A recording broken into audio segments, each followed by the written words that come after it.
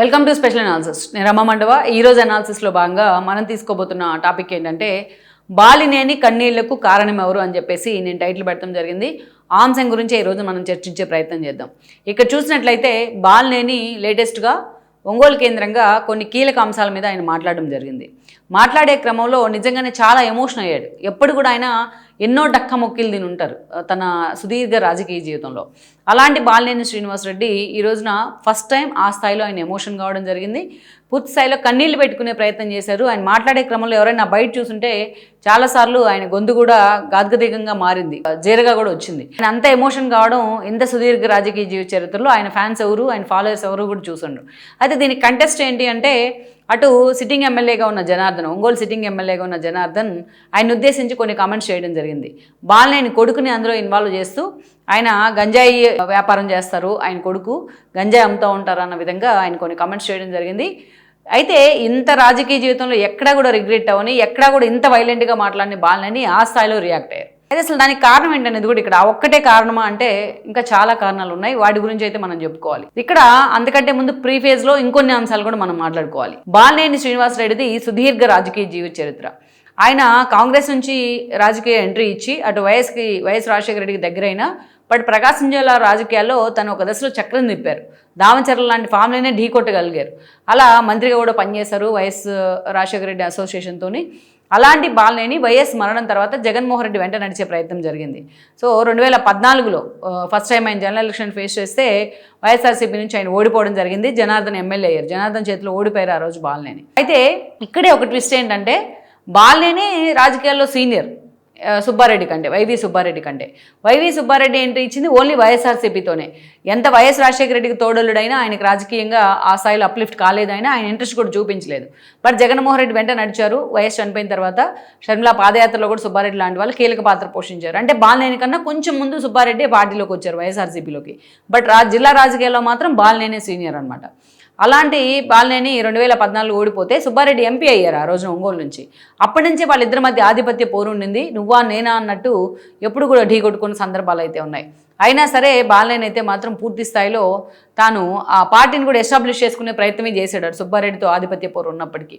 అయితే 2019 ఎన్నికలు వచ్చేటప్పటికే బాలినేని గెలవడం జరిగింది ఆ రోజు ఏదైతే ఎమ్మెల్యేగా. బట్ సుబ్బారెడ్డికి ఆ రోజు జగన్మోహన్ రెడ్డి టికెట్ ఇవ్వలేదు. బాలినేని కారణంగానే మాగుంట శ్రీనివాసరెడ్డి పార్టీలోకి వచ్చాడు. ఆయన తీసుకొచ్చాడు. మాగుంట శ్రీనివాసరెడ్డి పార్టీలోకి రావడాన్ని చాలా సీరియస్గా సుబ్బారెడ్డి వ్యతిరేకించారు. ఇక్కడ మగాళ్ళు లేక మీరు పక్క పార్టీ నుంచి మగాళ్ళని తీసుకొస్తున్నారని కూడా జగన్మోహన్ రెడ్డిని తిట్టాడు ఆయన. అయినా సరే ఆయన్ని పక్కన పెట్టి మాగుంట శ్రీనివాసరెడ్డికే జగన్మోహన్ టికెట్ ఇస్తే ఆయన ఎంపీగా గెలిచారు. పార్టీ అధికారంలోకి వచ్చింది. బాలినేని మంత్రి అయ్యారు. అయితే బాలినేని మంత్రి అయిన తర్వాత అనేక రకాలుగా సఫికేషన్ ఆయనకి. మంత్రి అయ్యారు కాబట్టి ఆయన ఆధిపత్య పోరుకి ఎలాగైనా చెక్ పెట్టాలని సుబ్బారెడ్డి ప్రయత్నం చేశారు. ఆ క్రమంలోనే బాలినేని మీద, బాలినేని వియ్యంకుడి మీద భూ ఆక్రమణల ఆరోపణలు వచ్చాయి. వాళ్ళ ఫ్యామిలీ మొత్తం మీద వచ్చాయి. మంత్రిగా ఉన్నా నా మీదే ఆరోపణలు అంటూ ఆయన ఎన్నోసార్లు బాధపడ్డారు. అధికారులు కూడా నా మాట వింటలేదు, ఇదేం ప్రభుత్వం అంటూ కూడా చాలాసార్లు బయటపడే ప్రయత్నం చేశారు. జగన్మోహన్ రెడ్డి ప్రభుత్వాన్ని టార్గెట్ చేస్తూ కూడా ఆ సఫికేషన్ తీసుకోలేకపోయారు. తన సొంత పార్టీలో తను ఎమ్మెల్యేగా ఉన్నారు, తను మంత్రిగా ఉన్నారు. అయినా సరే తన మీద, తన ఫ్యామిలీ మెంబర్స్ మీద కేసులు, ఎంక్వైరీలు జరగడం ఆయన తీసుకోలేకపోయారు. ఇదంతా సుబ్బారెడ్డి అండర్లోనే జరుగుతుంది అని ఎన్నోసార్లు వాపోయేవాళ్ళు ఆయన. సో ఈ ఎపిసోడ్ జరుగుతున్న క్రమంలో క్యాబినెట్ ఎక్స్పాన్షన్ చేయాలనుకున్నారు. జగన్మోహన్ రెడ్డి రీషఫుల్ చేయాలనుకొని బాలినేని పక్కన పెడదాం అనుకున్నారు. ఎందుకంటే అప్పటికే తన అసంతృప్తి వాయిస్ని వినిపిస్తూ ఉన్నారు ఆయన. అయితే బాలినేని ఒక డిమాండ్ ఏంటంటే ఆ రోజున తనతో పాటు జిల్లాలో ఇంకో మంత్రి ఉన్నారు ఆదిమూలం సురేష్. పెడితే ఇద్దరిని పక్కన పెట్టండి, లేకపోతే ఇద్దరిని కొనసాగించండి. అంతేగాని నాకన్నా జూనియర్ అయిన ఆదిమూలం సురేష్ మీరు కొనసాగించొద్దని రిక్వెస్ట్ చేసినా జగన్మోహన్ రెడ్డి ఆ మాట వినకుండా ఆదిమూలం సురేష్ను కొనసాగించి ఇద్దరిని పక్కన పెడతాం జరిగింది. ఇక అప్పటి నుంచి చాలాసార్లు ఓపెన్ అయ్యారు ఆయన.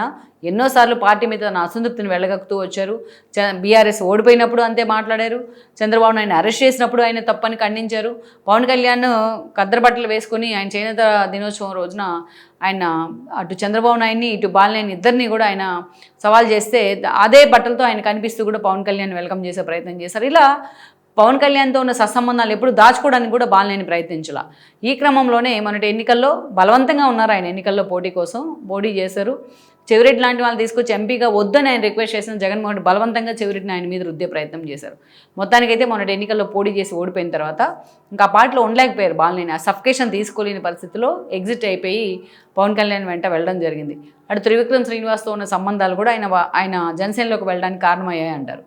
అయితే ఈరోజు పార్టీలో చేరి ఆల్మోస్ట్ 1.5 ఇయర్ కావస్తోంది. అయితే పార్టీ వైపు నుంచి, జనసేన వైపు నుంచి పదవుల విషయంలో మాత్రం ఆయన పక్కన పెట్టారని ప్రచారం జరుగుతోంది. అక్కడ చిన్న కాన్ఫ్లిక్ట్ ఏంటంటే టీడీపీ నుంచి ఆల్రెడీ సిట్టింగ్ ఎమ్మెల్యే జనార్దన్ ఉన్నారు. ఆయన కాదని బాలినేని ఇన్ఛార్జిగా జనసేన నుంచి అక్కడ ప్రకటిస్తే ఇద్దరి మధ్య ఆధిపత్య పోరుకి ఇష్యూ దారితీసే అవకాశం ఉంటుంది. అందుకే అక్కడ టీడీపీని కాదని బాలినేని అక్కడ ఎమ్మెల్యే అభ్యర్థిగానో లేకపోతే జనసేన ఇన్ఛార్జిగానో పెట్టే అవకాశం లేదనేది ఒక చర్చ నడుస్తూ ఉంది. అయితే ఈ క్రమంలో బాలినేనికి వ్యతిరేకంగానే రియాజ్ లాంటి వాళ్ళని తీసుకొచ్చి అర్బన్ డెవలప్మెంట్ అథారిటీ బోర్డులు ఇప్పించుకున్నారు. ఈ చర్చ అంతా జరుగుతూ ఉంది ఈ పోస్టుల విషయంలో. బాలినేని పిలవకపోవడం, ఏ కార్యక్రమంలో కూటమి నేత అయ్యుండి కూడా ఆయన పిలవకపోవడం, జనార్దన్ అండ్ టీం, ఇదంతా కూడా కొంత అసంతృప్తికి కారణమవుతూ ఉంది. ఇక ఆయనకి రాజ్యసభని, ఎమ్మెల్సీ ఇచ్చి మంత్రిని చేస్తాను, చాలా రకాల ప్రచారం జరిగినా అవేవి వర్కౌట్ కూడా కావట్లా. ఇటీవలే పవన్ కళ్యాణ్ ఆయన కలిశారు. నేను ఇక నుంచి పూర్తి స్థాయిలో ఒంగోలు మీద ఫోకస్ పెడతానన్నారు. కానీ ఎన్నికల నాటికైనా సరే ఆయనకు ఒక కీలక పదవి ఇస్తారనేది చాలా రోజులుగా ఉన్న ప్రచారం. అయితే ఇదే సమయంలో సుబ్బారెడ్డిని ఆయన మొన్న టార్గెట్ చేయడం జరిగింది. సుబ్బారెడ్డి ఒప్పుకుంటున్నారు కదా అడల్టరేషన్ జరిగిందని, ఆయన మీద శిక్ష పడాల్సింది అన్నట్టు కూడా బాలినేని మాట్లాడారు. అయితే అది జరిగి 2 రోజులు గడవక ముందే గంజాయి అమ్ముతా ఉన్నారు, వాళ్ళ కొడుకు గంజాయి వ్యాపారం చేస్తాడు అని చెప్పేసి జనార్దన్ లాంటి వాళ్ళు సంచలన ఆరోపణలు చేసిన తర్వాత ఈరోజు బాలినేని కన్నీళ్ళు పెట్టుకున్నారు.